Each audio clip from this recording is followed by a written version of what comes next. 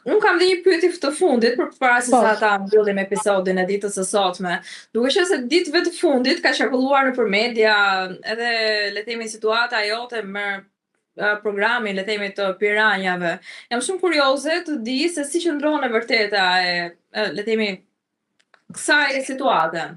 Atëre, e vërteta, pavarësisht këto ditë që është publikuar, ajo kurthi është bërë para një muaji dhe është bërë në datën 28 shkurt.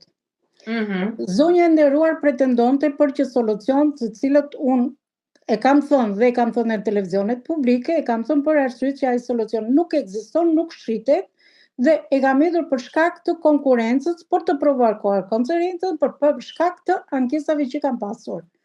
Por kam pasur zonja në telefonat më është prezantuar jo me emrin e saj të vërtet, po më është prezantuar me një emër mashtrues, duke haptasi që zonja duke nga emri, duke thënë që mund të ishte një skemë mashtruese, jo me emrin e saj të vërtet, por është prezantuar me emrin Sara.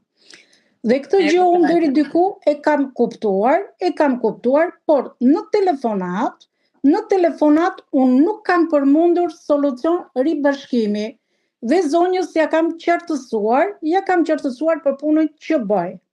Pavarësisht që kam tentuar për të më hequr nga tregu ose për të më prishur si imazh publik, unë do ta ndjek në anë ligjore deri në drejtësi.